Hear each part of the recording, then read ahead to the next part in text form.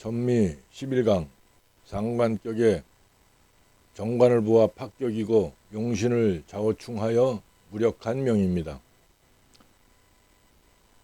무토가 6월에 태어나 연간에 신금이 투하니 상관격입니다. 상관격은 사주 어디라도 정관을 보면 안 되는데 연지에 묘목 정관을 보았고 더구나 묘유충까지 일어나니 합격입니다. 천간에는 월간의 정화 인성이 상관을 억제하니 모친덕과 공부덕인 인성이 길하지만 지지로는 묘유충과 좌우충이 구전되어 오하인 인성의 근지가 상합니다. 점수는 3으로 신약하니 점수를 보면 천간에 비겁이 하나 있고 인성이 하나 있으니까 2점이고 지지에 또 인성이 하나 있으니까 3점, 그래서 총 3점입니다.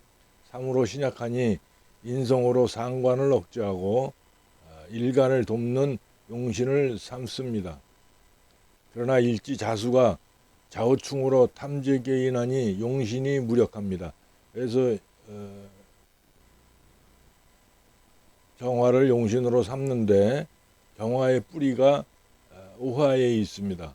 근지에 오화가 있죠. 그런데 그것을 좌우충하니까 탐재개인이라고 그러죠. 이거를 일지자수가 좌우충으로 탐재개인하니 용신이 무력합니다. 남명이 이렇게 되면은 고부 갈등, 부인과 어머니의 관계가 상당히 힘든 고부 갈등이 일어나고 또 오화는 인성이고 자수는 개성이기 때문에 좌우충으로 모친과 부모 간에 충돌이 일어난다는 의미입니다. 다행히 대운이 화목운을 향하니 대운덕을 봅니다. 대운이 화와 목운으로 가기 때문에 대운덕을 보는데 이 사주가 만약에 이 충을 해소를 시키지 않았다면은 충이 없었다면은 굉장히 발전할 수 있는 명조입니다. 이럴 때는 이 좌우충이 병이기 때문에 만약에 인목이 들어오게 되면은 수생목, 목생화로 가니까 이 인목 대운이 상당히 길합니다. 그러나 대운 천간의 임계수, 임계수는 정화를 정임합거하니 불길하며 계수는 정제인데 무게합거로 사라지니 재물 손실이 발생하는 불길운입니다. 계수는 정제는 합거되면 귀신이라도 재물이 손실이 발생하니까 불길운이 되죠. 임수는 임대운에는 정임합거되니까 용신이 합거돼서 불길하고 계대운에는 금생수되어서 수국화가 되니까 불길한데 더군다나 무게합거되죠. 무게합거되니까 이것이 계수가 정제인데 정제가 무게합거가 되면 재물 손실이 발생한다는 의미입니다. 또 정관도 귀신이라도 정관을 합거되면은 그 직장이라든지 남편과의 문제라든지 이런 것들이 일어납니다. 그래서 정제와 정관은 합거되지를 말아야 하며 또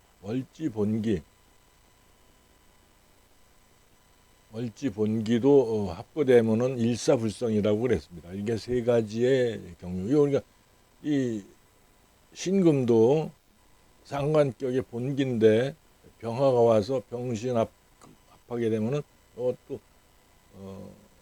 일사가 불성하게 되는 현상이 나타납니다. 경신금으로 진행되면 천간은 얼굴이라 경신금도 상관운이라 신약을 설계하니 불길합니다. 지지는 기운이나 천간이 기신이면 계두가 되어 기람이 줄어듭니다. 그렇기 때문에 지지로는 비록 화목운으로 가긴 하지만은 천간에서 수국화 금국목을 해야 되니까 계두가 된 천간이라서 기람이 줄어든다 이거죠. 대운지 임목은 일시지 좌우충을 통관하여 인화합화로 용신을 생조하는 기운입니다. 그러나 천간에서 경금이 극하니 무력해졌고 좋은 운인데도 불구하고 금국목을 당하니까 무력해졌고 천간에서 이처럼 귀신으로 진행되면 천간은 얼굴이라 가릴 수 없으니 인성용신이라도 좌우충을 당해 무력하니 학문에 의한 뜻을 펴지 못하게 됩니다. 본문을 보면 이 명절은 상관격에 신약하니 인수가 용신입니다. 희신은 관성인데 속인들이 토금 상관은 관성을 꺼린다는 것으로 신령한 무토를 목으로 극하니 목을 두려워합니다. 그러나 상관격이라서 정관은 못 씁니다. 칠살은 쓸 수가 있죠. 칠살은 오히려 상관 제사를 하게 되니까 사용할 수가 있습니다.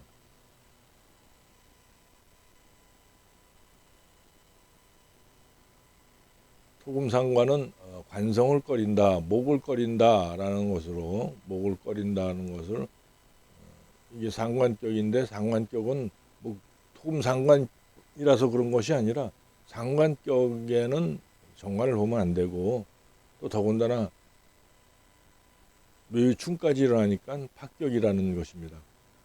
본명에서는 묘유가 충하면 인수를 생주하는 정관이 파극되어 없어지고 좌우가 충하는 것은 일간과 용신이 오화에 근을 두는데 충으로 파극하며 그러니까 이 일간 천간에 있는 정화라든지 무토라든지 이런 것들이 전부 요 오화에다가 근을 두고 있습니다. 그런데 그것을 보호를 해야 되는데 좌우 충을 맞아버리니까 아주 그 불길한 명이 된 것입니다. 만약에 이 오화 가까이에서 인목이 있다 그러면 수를 만나도 수생목 목생화가 되니까 파극이 되지 않으니까 굉장히 귀한 명조가 되었을 것입니다.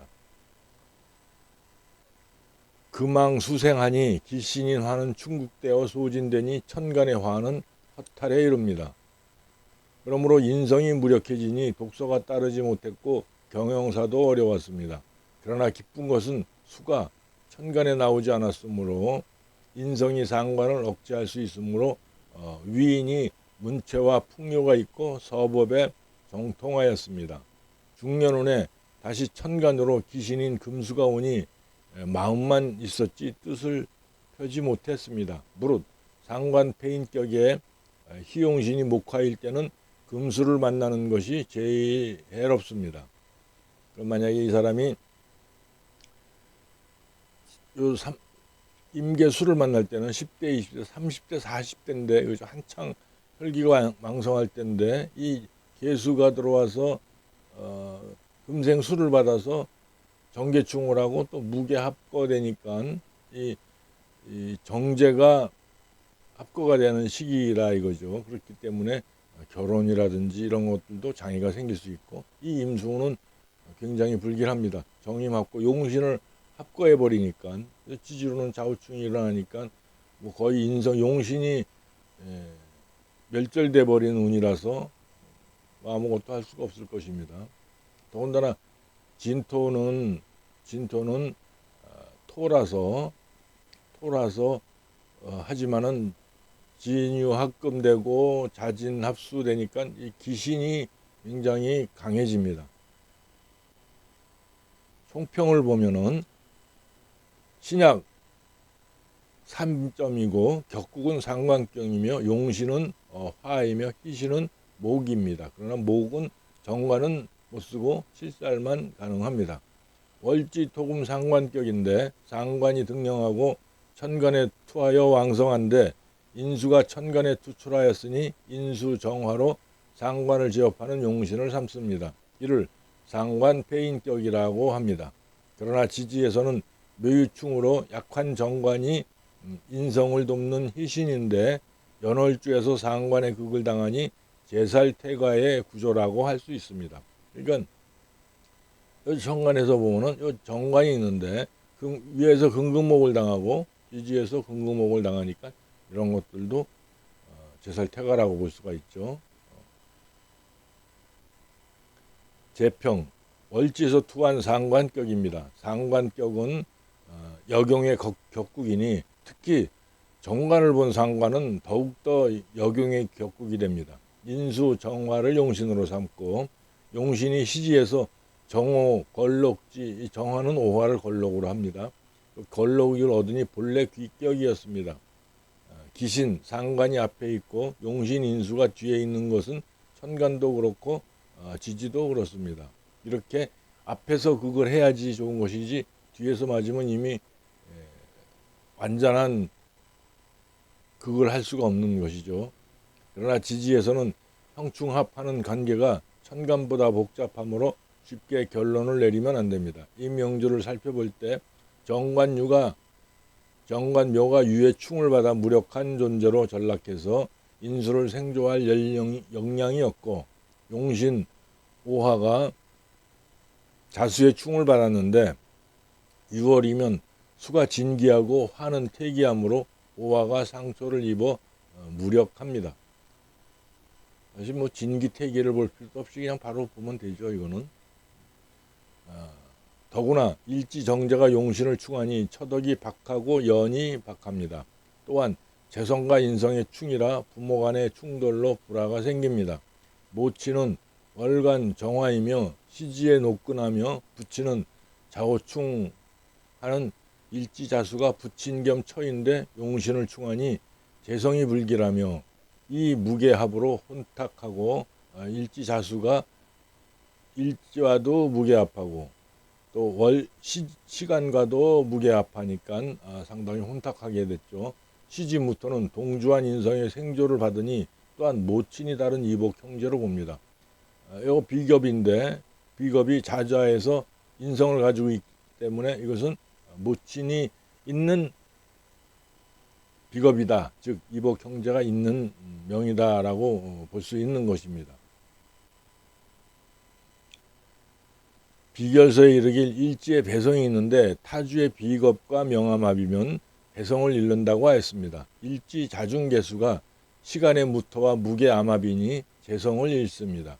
일지 정제가 도하니 처의 미모가 뛰어나지만 자호충으로 도화가 용신을 충하니 처도 음란하고 본인도 음란명입니다. 본인도 좌우묘유 도화성이 쫙 깔려 있습니다. 이게 정화는 지지로 내려오면은 이것도 오화가 되고 신금은 지지로 내려오면 유금이 되는 것입니다. 그러니까 해묘미니까 해묘미니까 일지에 자수가 있는 것이고 신자진으로 보면 유가 도화가 되니까 월지 도화는 모친 재치라고 했습니다.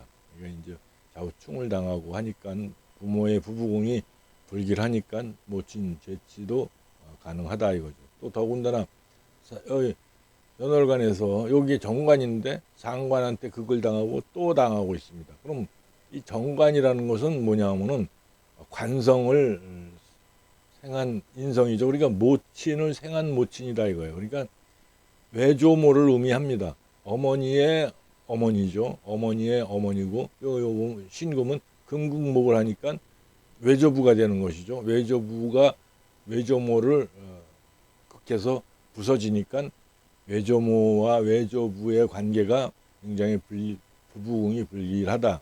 이런 것이 조부와 조모의 관계가 나타나서 불길하게 나타나거나 또 외조모와 외조부의 관계가 나타나서 불길하게 나타난다 그러면 이것은 직접 이 본명의 부부궁에도 그걸 부부궁의 불길함을 끼친다라는 의미가 됩니다. 본인은 모친과 부모 사이에도 좀 안 좋지만은 본인한테는 이게 직접 나타났지만 부모로서는 부모의 상태로서는 자녀들의 부부궁을 알 수가 없습니다. 왜냐하면 부모궁이 좀 안 좋아도 부모궁에서 충돌해도 자녀 중에서도 잘 사는 자녀가 있기 때문에 그렇습니다. 그러나 이렇게 조부와 조모의 관계가 불길하거나 외조부와 외조모의 관계가 불길하면 그것은 직접적으로 영향을 미친다 이거죠. 그러니까 이런 거를 보면서 이 사람의 부부궁이 불길하겠구나를 아는 것입니다. 일지정제가 또하니 자호충으로 용신을 충하니 본인도 음란하고 처도 음란하다 이거죠. 일지에서 보면 월지유금이 도화가 되니 모친 재치거나 후처로 봅니다. 천간에 정과 무토가 오화에 통근했으나 충으로 손상되니 통근하지 않은 것이나 마찬가지의 결과가 되어 허탈합니다. 그래서 이 용신이 천간에서 정화에 뿌리를 두는데 그걸 갖다가 충해버리니까 통근하지 못한 거나 같다 이거죠. 비록 용신이 시에 있고 뒤에 있지만 무력하게 변했으므로 평생 동안 뜻을 펴지 못했습니다. 이처럼 용신 희신이 시주에 있다고 해도 형충극합이 되면 무력해질 수가 있는 것입니다. 그렇기 때문에 희용신은 형충합이나 충극이 되지 않고 유력해야 격국이 상격이 되는 것입니다. 만일 지지에서 좌오묘유가 아니라 묘오유자로 구성되었다면 이 자수가